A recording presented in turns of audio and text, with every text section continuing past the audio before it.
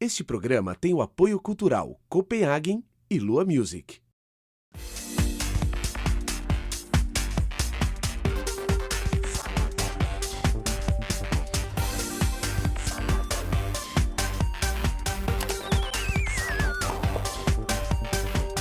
Olá, hoje aqui na Salada Net eu tenho o prazer de trazer a psicóloga Janaína Videira Pinto, que fundou uma ONG na África chamada Second Chance África.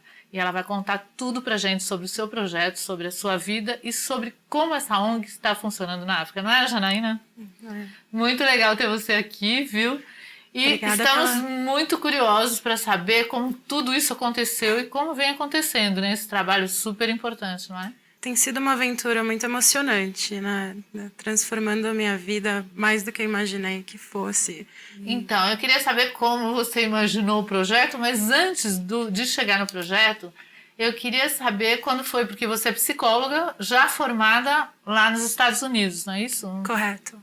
Eu me formei em psicologia e me especializei em trauma, em distúrbio de ansiedade. Então, sempre tive o interesse de trabalhar com vítimas de guerra. Dedicar uma vida como você dedica não é para qualquer um, né? Então, Imagina. talvez isso já tenha vindo da tua infância, sei lá. Quando você começou a sentir que você tinha vontade de ajudar as pessoas?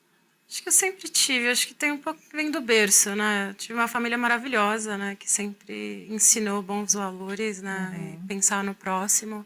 Fiquei muito comovida numa exposição do Sebastião Salgado, que era fotojornalismo, e ele fotografou refugiados. Né? Quando eu fui para os Estados Unidos, eu falei, vou estudar psicologia. Acho que foi mais uma autoprocura, né? Para mim poder me entender melhor, entender o mundo melhor. Então, Exatamente. você foi uma busca própria, né? Foi uma transformação. Eu mudei da água para o vinho, né? Porque é uma coisa que eu penso, inclusive, né? Que as pessoas, a ajuda, sempre quando você ajuda alguém, o bem maior vem para você, né? Com certeza. Porque a gente só consegue dedicar a vida, ou mesmo alguns momentos que seja, para o outro, se aquilo estiver te fazendo bem. Você pode até fazer um sacrifício, eventualmente, por alguém, né? Vou fazer isso para você. Mas não como proposta de vida. Se você tem isso de proposta de vida, é porque isso te faz bem. Ou estou errada? Não, certíssima. Mas eu acho que no começo é interessante porque acho que o ser humano em si, né, a gente pensa muito na gente mesmo, né?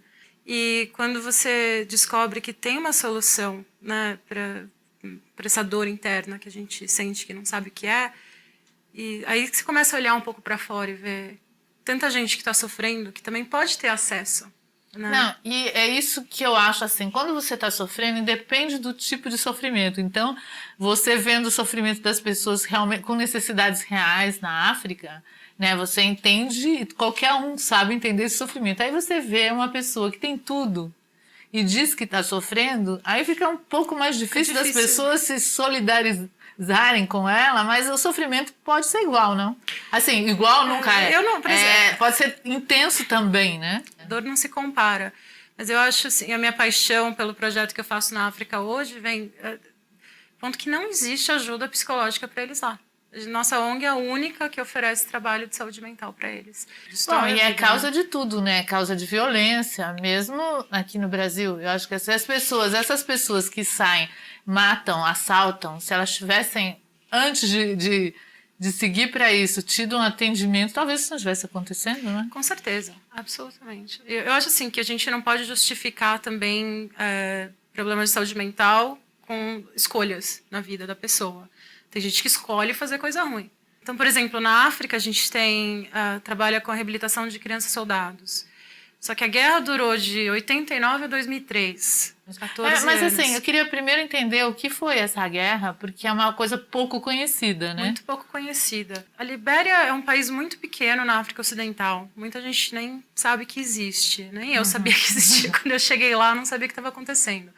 Você chegou lá por quê? Eu estava estudando e trabalhando em Israel, num centro de trauma com sobreviventes de terrorismo, holocausto. E quando eu cheguei eu queria visitar o campo de refugiados na África, queria ver como que os africanos reagiam com trauma, com guerra.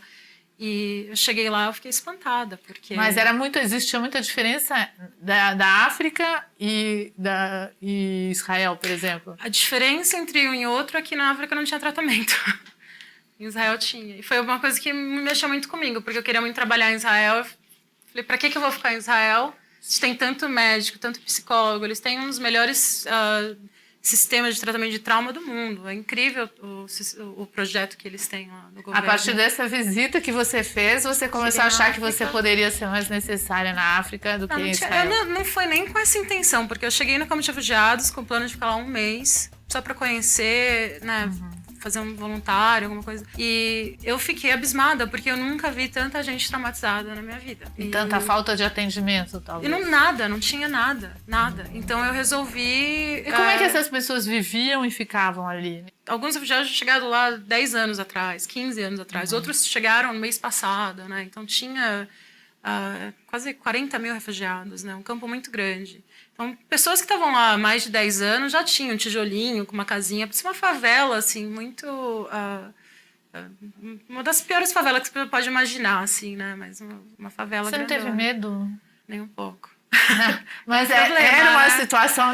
Não pergunto assim, se você não teve medo porque você é corajosa ou se você não teve medo porque você sentiu que eles estavam te acolhendo ou que eram boas pessoas. Eu não tive medo porque eu confio muito em Deus, assim. Eu achei que Deus me colocou lá, assim. Eu tenho uma fé muito grande, né? Eu senti um chamado para estar lá e fazer isso. É engraçado que quando eu cheguei, eu fiquei a primeira semana andando, porque é muito grande, né? E fiz uns amigos refugiados lá que me levavam para todo lugar e todos me falaram, olha, não vai nessa área aqui, que eles chamavam do gueto, né? Eles não entram ali, só a única parte que você tem que evitar. Eu falei, mas por quê? Por que eu não posso ir ali? Eu falei, porque ali é onde os ex-rebeldes, crianças soldados, é onde eles ficam e onde eles usam drogas, tem arma, tudo é muito perigoso ali, não vai ali. Eu fiquei pensando comigo mesmo, mas é ali mesmo, exatamente ali que eu quero ir, porque são essas pessoas que eu quero ajudar, né? E aí eu cheguei lá, aí todo mundo olhou pra minha cara, eles fizeram um círculo e eu fiquei dentro do círculo sozinha, aí deu um medo. Eles pensaram que eu era das Nações Unidas, porque de vez em quando o pessoal das Nações Unidas iam lá para tirar as drogas deles. E eu falei, não sou das Nações Unidas, não, eu tô aqui para ajudar.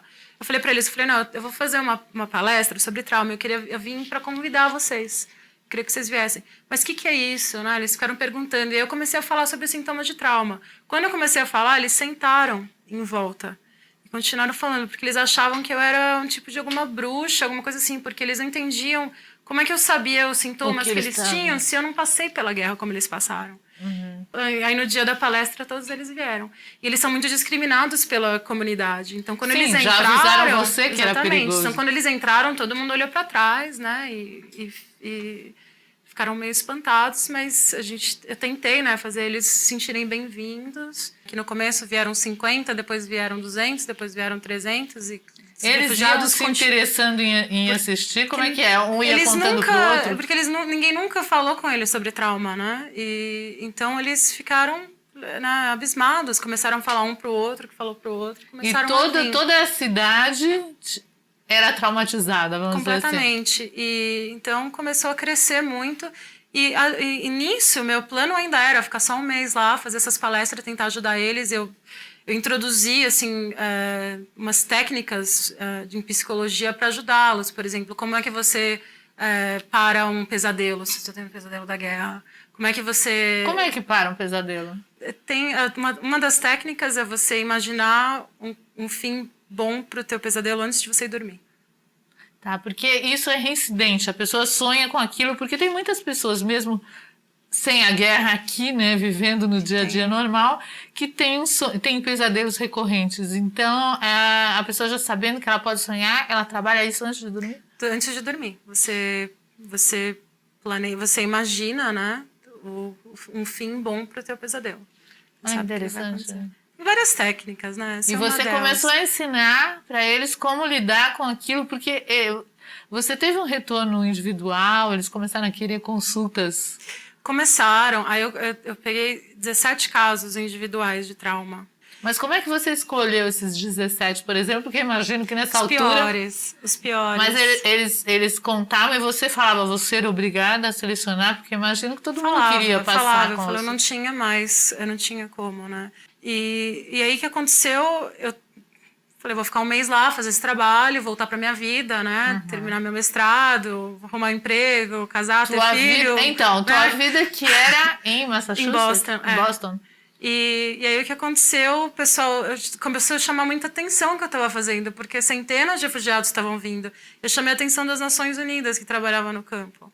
E aí eles vieram até mim e eles falaram, o trabalho que você está fazendo é super importante, porque a gente está tentando mandar esses refugiados de volta para a Libéria, porque a Libéria está em paz. E eu fiquei assim, como assim a Libéria está em paz? Porque eu fico ouvindo essas histórias deles, né? Nem eu, até eu acho que me traumatizei um pouco com as histórias que eu ouvia de tortura, que foram terríveis, né? Como, por exemplo? Pode falar? Pode, deve. Começando as mulheres, né? Mais de 90% foram estupradas, né?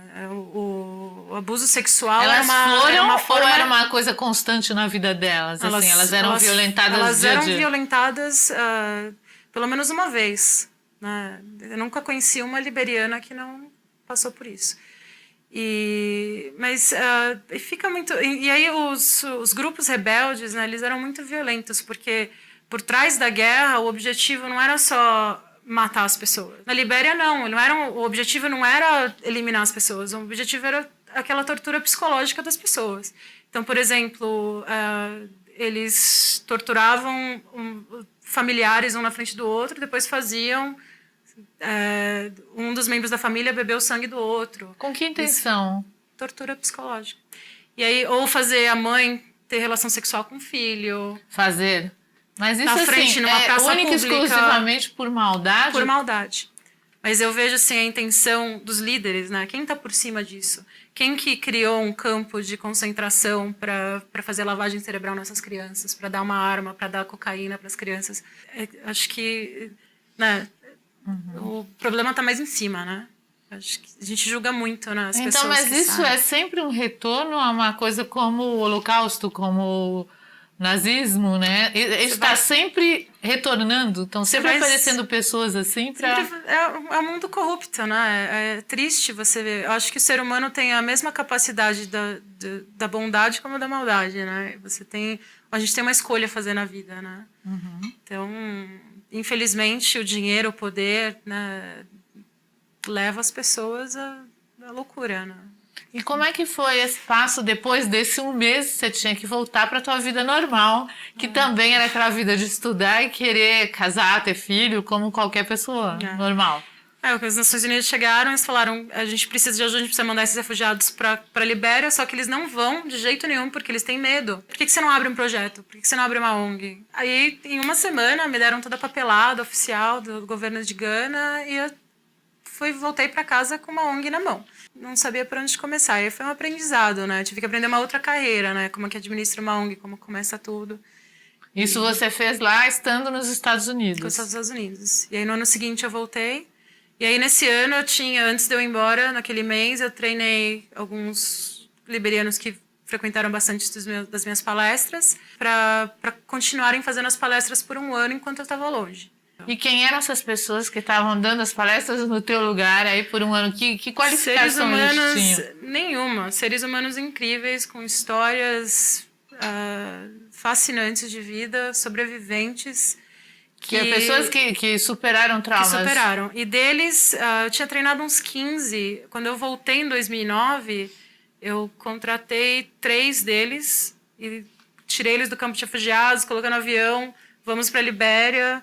Eles se reuniram com as famílias deles, com os filhos, conseguiram casa, emprego, tudo, para começar uma profissão. Conseguiram lá? Quer dizer, você estão conseguiu? Com a gente até hoje.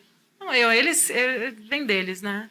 E aí eles hoje estão lá com a gente, firmes e fortes, uma inspiração na nossa vida. Eles fazem o trabalho melhor do que eu faria. Porque eles chegam nas favelas com as crianças soldados, eles olham, eles falam... eles olham para eles, né, e falam, você era que nem eu. Então, se você está bem, eu posso melhorar. Né? Então, é uma inspiração, né? É uma coisa que eu não tenho. Né? Mas elas curaram, realmente? Curaram. Realmente. Isso é muito gratificante. Um senhor, Samuel, que idoso já, e ele chegou para mim falando, fazem 16 anos que eu tenho o mesmo pesadelo todas as noites, né? e um trauma que ele viu o irmão ser morto na frente, uma história bem complicada. E é incrível que eu tratei ele em 2008. Eu estava agora na Libéria em janeiro esse ano e ele veio me visitar no escritório. Porque quando eu conheci ele estava no campo de refugiados em Gana, né? Ele tinha medo de voltar para a Libéria. Ele veio me visitar no escritório falando, graças à terapia que a gente fez, né, todos esses anos atrás, olha, eu estou aqui, estou bem, eu fui no lugar onde mataram meu irmão, não tive reação de trauma, nunca mais tive pesadelo, nada. Dá uma esperança, né? Você saber que o trabalho funciona, que o tratamento que você funciona. consegue recuperar as pessoas. Agora, quando você passa isso para as pessoas, você usa da tua religiosidade, você fala de fé? Não, o tratamento de trauma é bem específico, né? É bem científico. Bem científico. Tem uma das... que eu estou trabalhando agora na Austrália com a extinção do medo no cérebro humano, né? Que é super interessante, porque o medo é uma fobias, né? Quem tem medo de aranha ou tem medo... Quando o medo... Você só extingue o medo quando você é exposto ao medo.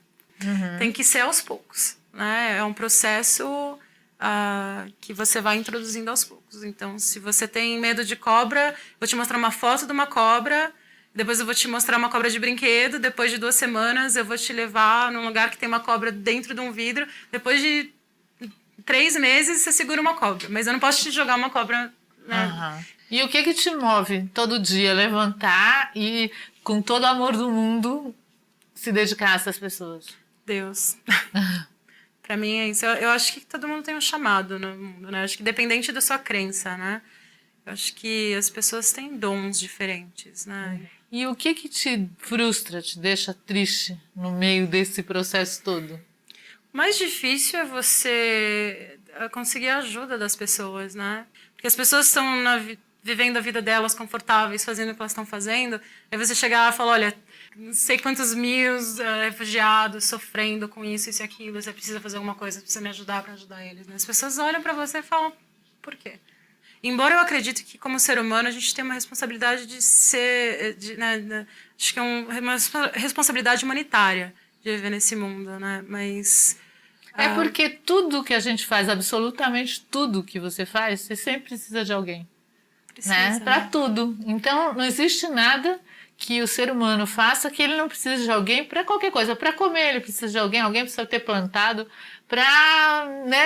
Cada coisa, não dá nem para citar aqui, mas cada coisa que a gente faz, você precisa que alguém te ajude. A gente foi criado para viver em comunidade, né? E o problema, por exemplo, tem pessoas que me perguntam por que eu fui fazer trabalho na África. Eu sou brasileira, né? Você foi estudar nos Estados Unidos, por que não volta para o Brasil e ajuda as pessoas aqui? As pessoas, eu já vi gente te perguntando isso. Acontece. Porque lá e não aqui no Brasil que tem tanto pobre. É interessante. A primeira coisa que eu digo é por que não? Uhum. Por que não ajudar lá? Né? Quando eu cheguei na África, eu vi que o Brasil é um país muito abençoado. Muito rico. Muito rico, muito desenvolvido comparado com a Libéria, que é o 2º país mais pobre do mundo. Quantas pessoas trabalham com você ou para a ONG hoje em dia? A gente tem 4 funcionários liberianos na Libéria, 2 voluntárias. Normalmente a gente tem 2 voluntários período integral na Libéria. O nosso objetivo é que os liberianos africanos vão liderar o projeto, né? Sim, eles mesmos sem precisar da gente, deles, porque um dos problemas muito grandes da África é a gente achar pobres coitadinhos que precisam da gente. Uhum. Eu odeio essa imagem da África. São pessoas fortes, são pessoas inteligentes, são pessoas... Até os meus funcionários lá são muito mais capacitados que eu, que estudei nas melhores universidades do mundo para fazer o trabalho que eles fazem, porque eles falam a língua das pessoas, eles entendem, eles passaram pelo que as pessoas passaram. Eu não passei por tudo. Eles que deram nome pro projeto. Uhum. Você me deu uma segunda chance na vida, agora eu quero dar uma segunda chance para os outros. Eles deram nome. E quem são as pessoas que ajudam, né? Para que isso fique de pé, para que cada vez vocês atendam mais gente? Eu tive muita ajuda da minha família, graças a Deus, no começo, né? E agora a gente tem um grupo de diretores nos Estados Unidos e agora eu estou montando um time na Austrália também para ajudar. Então, você agora foi para a Austrália, está estudando lá. Como é que é isso? Você foi porque se sentiu a necessidade desse estudo? A psicologia está indo para a neurociência agora, né? E trauma está tão ligado com a parte cerebral que é impossível eu querer manter um projeto clínico forte, com uma base científica no tratamento que a gente faz. Porque eu também não quero montar qualquer tratamento e alguém entra lá, estou traumatizado, conversa, vai embora. Ou eu monto um projeto que vai ter resultado, que vai trazer a cura para as pessoas, que funciona ou não. Então, você estava falando da ajuda da tua família, uma coisa que eu achei muito bonita, é que eu fui no aniversário do teu pai e no convite de aniversário ele falava que quem quisesse levar um presente, que fizesse uma doação para a tua ONG, que eu achei isso maravilhoso. E eu queria saber como é que as pessoas que estão assistindo esse programa, que conhecem um pouquinho melhor você aqui, poderiam ajudar, aonde elas, que site elas visitam, como é que elas fazem para ajudar, seja da forma que for, né? Da forma que a pessoa se estimular para isso. Como é que pode ser? Tem muitas formas, né? No site, primeiramente, a gente está traduzindo aos poucos, né? Mas tem uma página em português pequenininha lá, dá para você criar uma página de arrecadação. Eu queria deixar claro que a ajuda que a gente precisa não é só financeira, né? A ajuda que você está me dando hoje, por exemplo, poder divulgar o trabalho. Por exemplo, a gente precisa de ajuda de vídeo, a gente precisa de ajuda de marketing, a gente precisa de ajuda de várias áreas. Às vezes você olha para eles e fala, nossa, eles poderiam... Acho que eu tenho esse acesso a esses recursos, ou eu tenho esse talento, eu tenho esse dom. Uhum. Mas também, óbvio, a parte financeira é super importante para a gente, né? Porque as pessoas falam, eles estão longe, não dá para fazer nada, não dá para ajudar. Sempre tem alguma coisa que dá para a gente fazer. Tendo vontade sempre. Então, se tem uma festa de aniversário, fala, olha, não quero presente esse ano, eu vou doar tudo para a ONG, entra na nossa página, cria uma página lá do teu aniversário, a gente cria bonitinho para você, coloca um objetivo, eu quero arrecadar tanto. R$200 paga o salário do nosso funcionário por um mês lá, liberiano, né? Então, nunca é pouco, né? A gente não pode... Se você acha que você pode arrecadar ou fazer uma doação de R$100, você pode fazer uma de 1.000. Não é em si, né, o valor, né? Tudo é aproveitado lá, né? Mas é muito importante você pesquisar como que o dinheiro é usado, quanto que é o salário das pessoas envolvidas, quanto que você paga em taxa de banco para enviar o dinheiro para a Libéria. Tem muitos gastos, né? E também é uma ilusão você pensar que 100% do dinheiro vai diretamente para as pessoas, né? Por exemplo, eu tenho pago todas as minhas despesas, separado de qualquer doação. Nunca usei doação nenhuma para pagar os meus gastos, né? Mas com outras ONGs... É importante que as pessoas saibam disso, né? Porque existem muitas dúvidas. Às vezes a pessoa quer ajudar e fala, mas será que está indo mesmo? Como a gente estava conversando aqui antes de começar a gravar, e você estava comentando comigo, que tem entidades conhecidas, né, famosas, que as pessoas realmente acreditam e que não fazem a coisa como deveria ser e não fazem direito, né, desviam a verba. Então, acho importante a gente falar sobre isso e esclarecer. O que a gente não pode fazer é perder a fé de que existem pessoas com boas intenções fazendo bons trabalhos pelo mundo, né? O que foi mais gratificante para você até aqui? Acho que a conscientização de que eu preciso deles mais do que eles precisam de mim. O que eles têm te dado? Vida, esperança. Chegar lá, pessoas que não vão ter um futuro, porque é um país destruído, que não vão ter oportunidade de trabalho, que não tem emprego, que não tem uma educação, que a família foi toda assassinada, que tem doença, tem isso, tem aquilo. Olham para você, seguram na tua mão e falam, me ajuda, eu quero viver. De onde que vem essa força, né? Eles não pensam no futuro, eles pensam no dia de hoje. Eles acordam, falam, hoje o meu objetivo é conseguir R$1 para poder comer e alimentar minha família. É muito triste. Né? Então, de uma forma também, você vê, eles vivem o dia, né? Eles vivem o presente. Então, às vezes, eles têm muito mais vida que a gente, que só pensa no futuro. Pois é. No começo a gente eu vou ajudar, porque eu tenho toda essa educação, todo esse conhecimento, eu sei muita coisa, eu sei fazer tratamento. E você chega lá, você quebra a cara, porque eles que te ajudam a colocar a vida em perspectiva, né? Eu vi um comentário teu no blog que você conta a tua saída, que foi em janeiro, né? Final de janeiro, você estava aqui, que a gente se conheceu. E aí no final você fala, depois de uma viagem muito longa, depois de muitas coisas, e enfim, em casa. É assim que você se sente em casa? É uma família. E eles não esquecem de você. Você chega lá, vocês são irmãos, né? Eles não esquecem quem ajuda deles. E aqueles projetos de casar, ter filhos, tudo, como é que eles foram adiados? Eles podem acontecer por lá? Você acredita que eles vão acontecer no meio disso tudo? Eu não planejo Ou você muito nem a minha pensa? vida. Não, eu gosto de deixar acontecer, uma coisa de cada vez, né?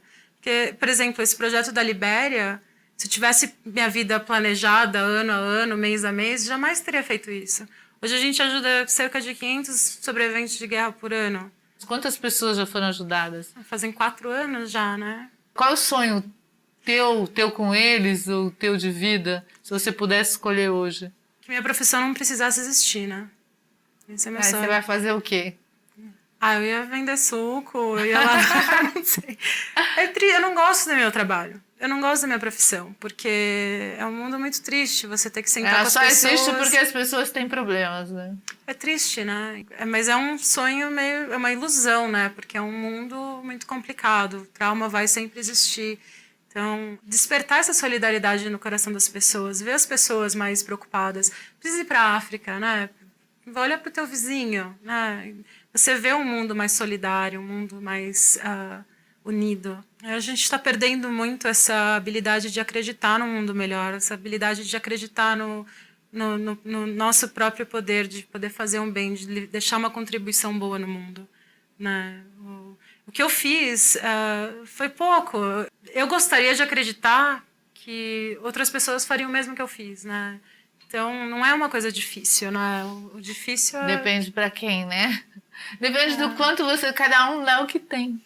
Olha, Janaína, um prazer imenso. Pena que a gente tem o tempo contado, mas de conhecer e de fazer com que as pessoas conheçam, né, o seu trabalho, a sua humildade, a sua inteligência, altruísmo e tudo mais, e dar a chance da gente refletir um pouco, que isso importa bastante, né? Para pensar no outro.